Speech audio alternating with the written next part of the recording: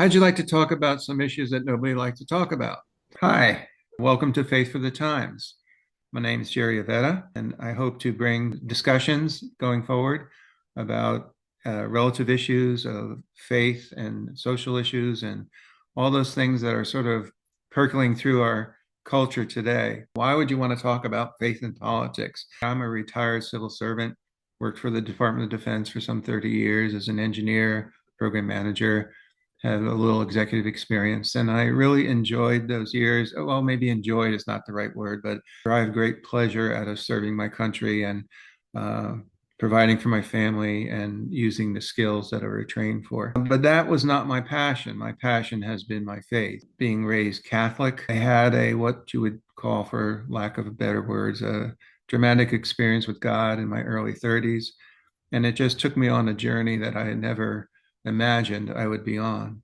I have a faith that's eclectic. It's just pieces of various denominations of the Christian faith.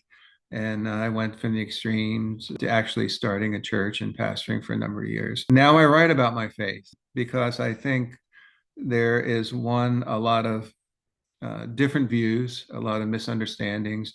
And in particular, there's a lot of intersection of faith with our social values and our social experiences today, and also our governance. My latest writing is called When Liberty Enslaves. I'll show you a little advertisement here.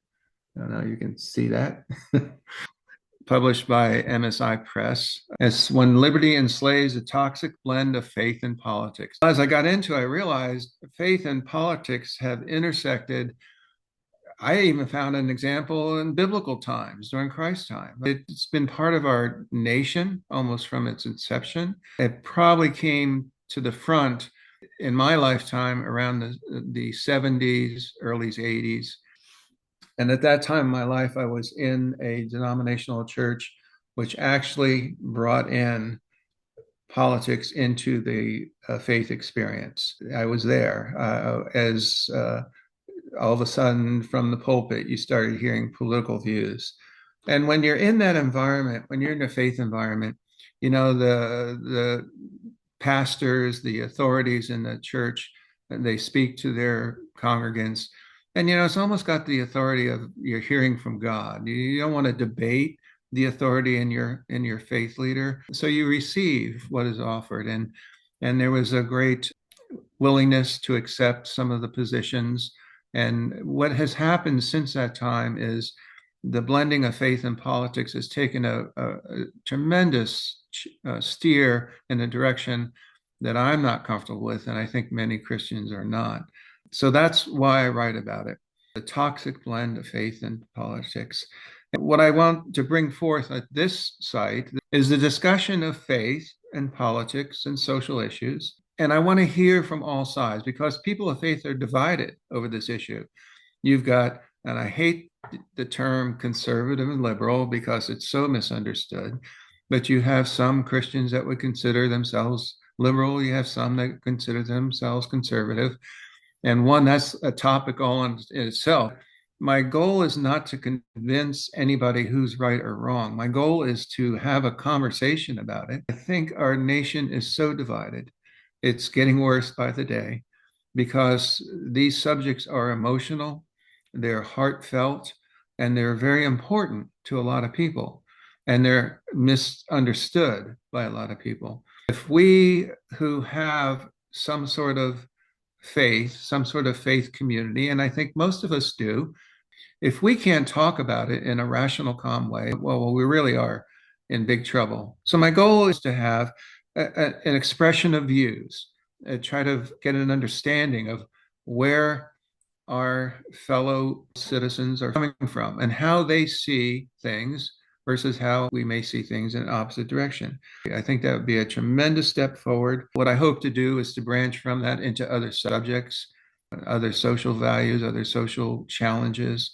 And I hope to develop that conversation maybe a little bit broader. My faith has been rooted in a variety of experiences. Life experiences are important. They shape the way we see things, they shape our faith, they shape our social values. So I think we need to give place for that type of conversation. And I value discussion from all different types of experiences. I've come to learn that at my stage of life that I get pretty much set my ways and my understanding. I know people that have been around as long as I have a set view.